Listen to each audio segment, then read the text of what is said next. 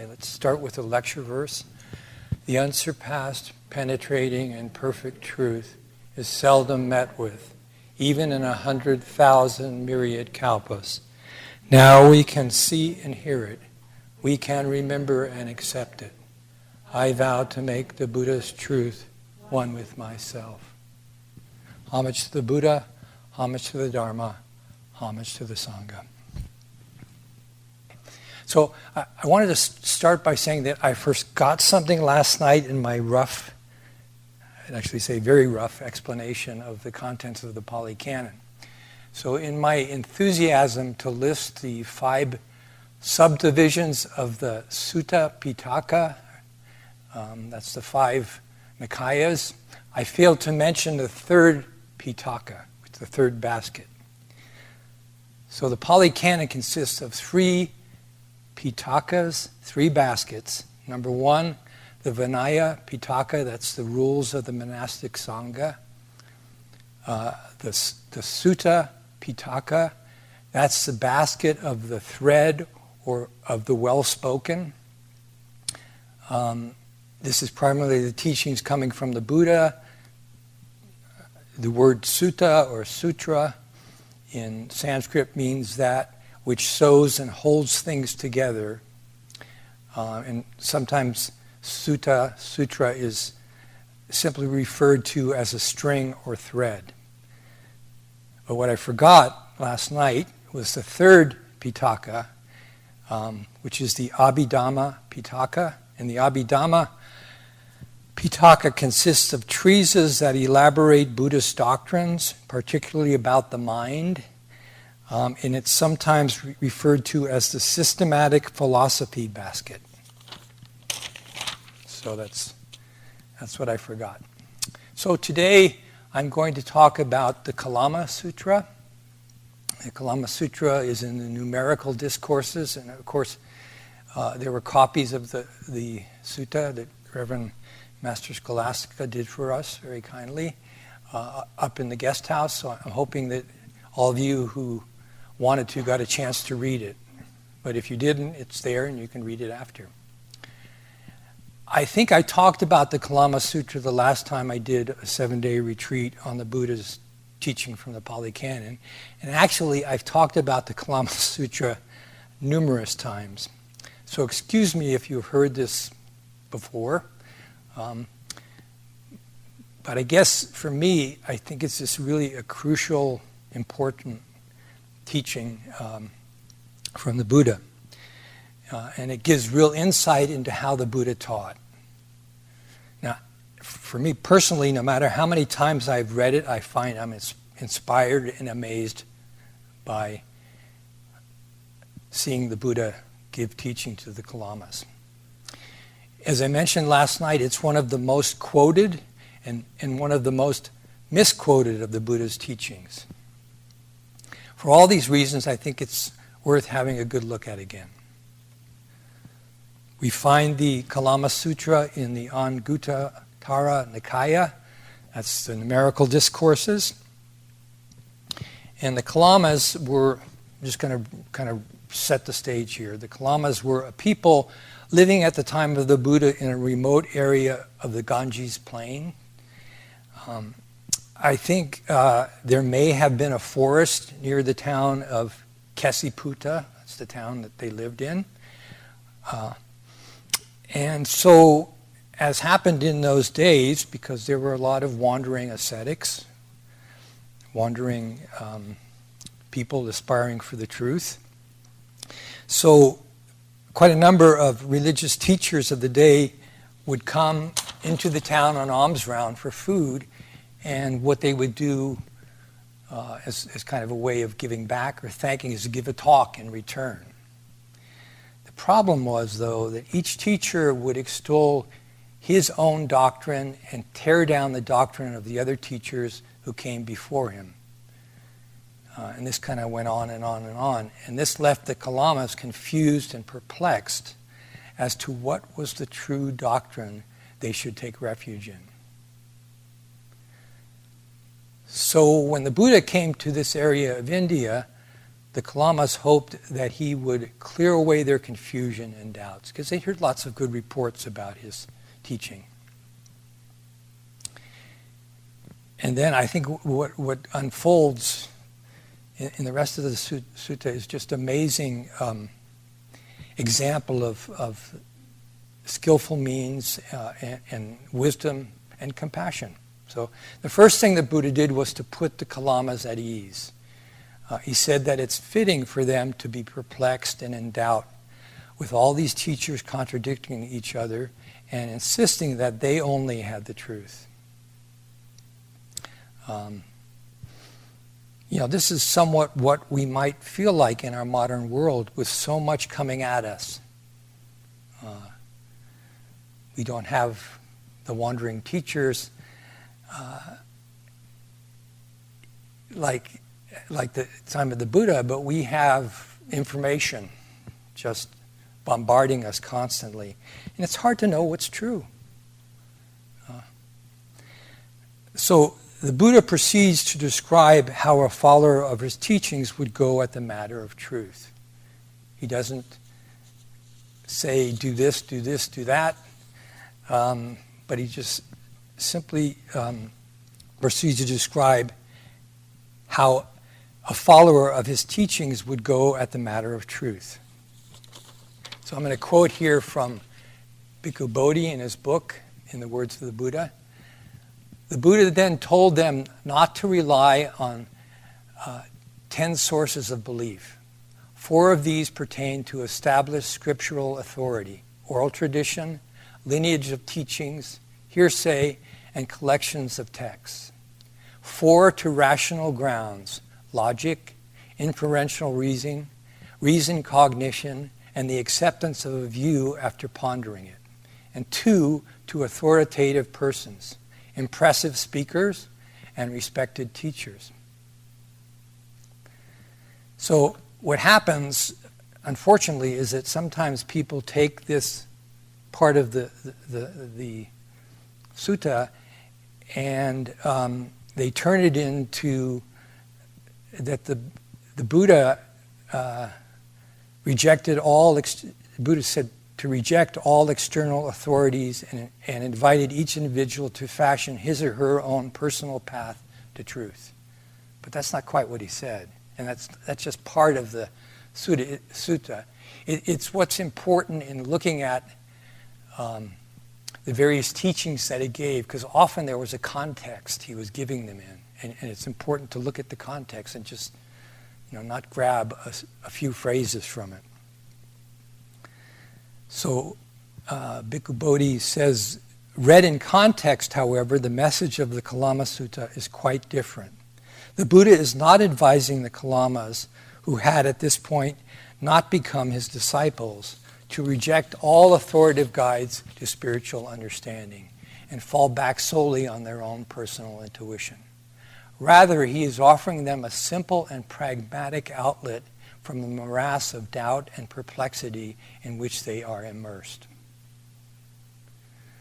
So in the sutta, a number of times the Buddha says, do not go by oral tradition, by lineage of teaching, by hearsay, by a collection of text, by logic, by inferential reasoning, by reason cognition, by acceptance of a view after pondering it, by the seeming competence of a speaker, or because you think the ascetic is our teacher.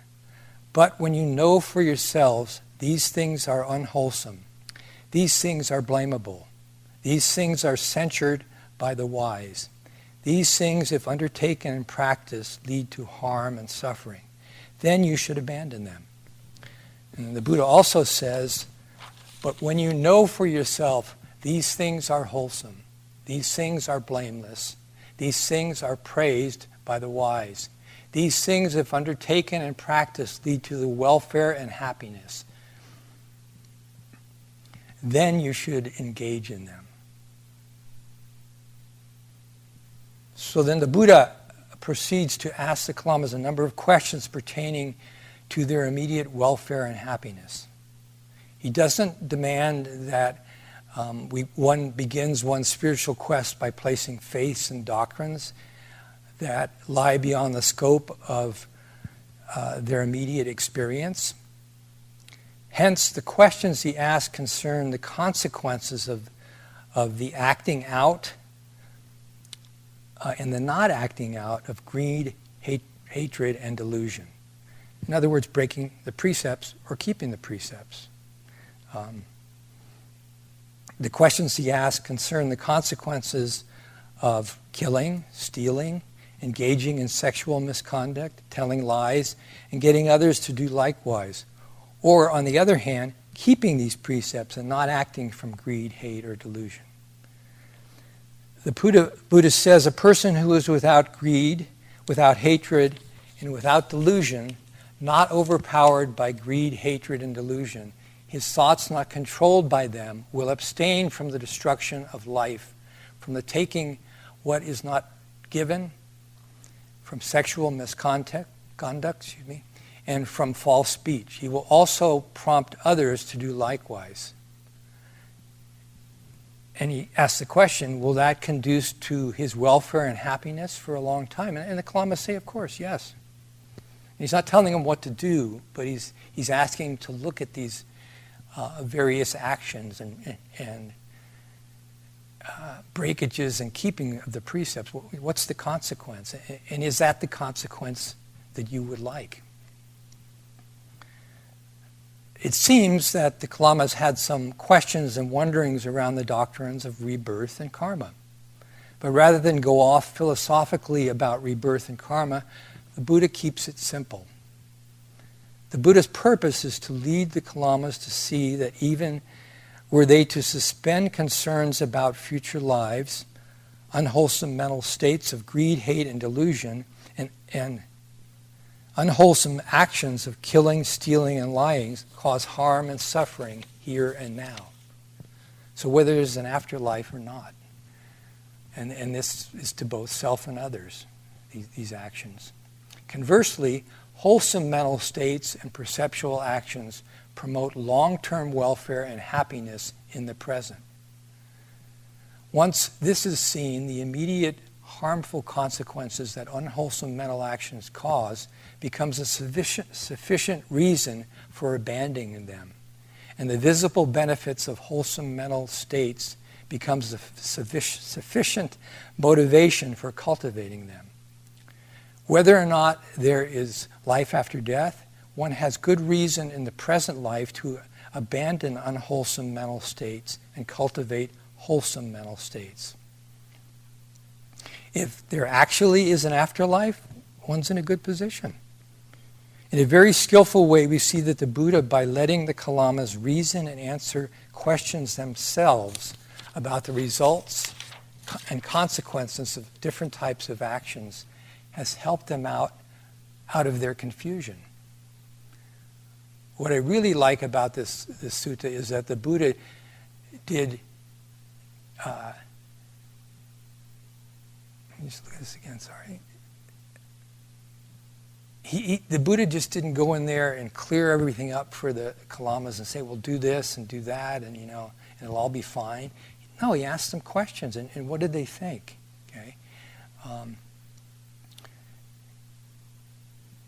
Okay, he let them answer these questions for themselves. Consequently, the Buddha was able to introduce to them karma and rebirth. At the end of the sutta, the Kalamas, out of gratitude, asked to become the Buddha's disciples. In reading this quite a number of times, I think that the Kalamas, actually just needed a little nudge. How some of us need a little nudge by the Buddha, the Dharma, the Sangha, and then some of us need more of a gentle push.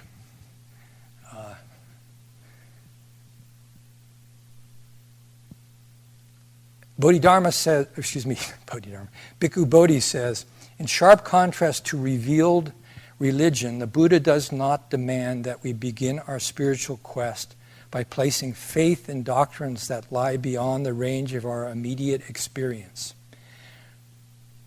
Rather than ask us to wrestle with issues that for us in our present condition, no amount of experience can decide, he instead asks us to consider a few simple questions pertaining to our immediate welfare and happiness.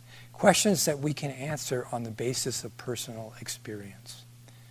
The fact that we cannot presently validate such matters does not constitute grounds for rejecting them as invalid or even as irrelevant. It only means that we should put them aside for the time being and concern ourselves with issues that come within the range of direct experience. So Reverend Master Jiyu had this term, she called it putting things on the back burner. And she said that, she got teachings from her teachers, Koho Zenji, Venerable Sek Khyentse, and she didn't understand everything. But rather than make it an issue, she chose to just put it on the back burner. It's like having I guess the analogy is having a pot on the stove that needs to just simmer for a while. So we push it to the back burner, which I assume there is not as intense heat underneath it. So it just slowly, cooks.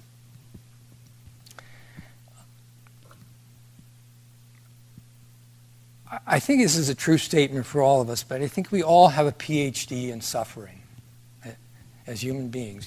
It's probably, we should get degrees in it.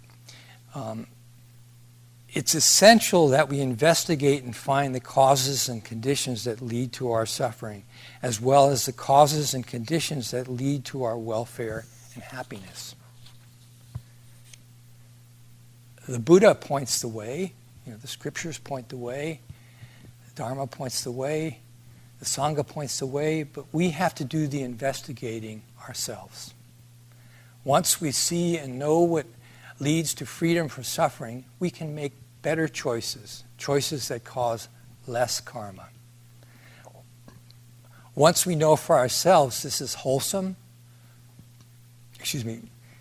once we know for ourselves that this is unwholesome or wholesome, blamable or blameless, censured or praised by the wise, undertaken and practiced, does it lead to harm and suffering or not?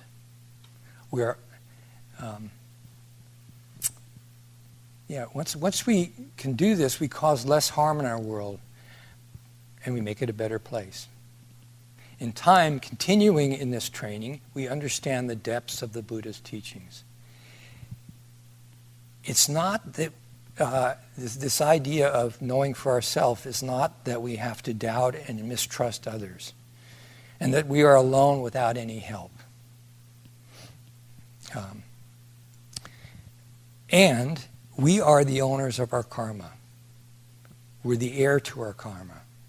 We have the responsibility for who we are and how we live. We have to look into matters and decide what is good to do. It's said in Buddhism that the Buddhas and ancestors point the way, but each of us must walk it ourselves. In actual fact, if we do that, we'll get all the help we need. And that's my talk on the Kalama Sutra. Thank you.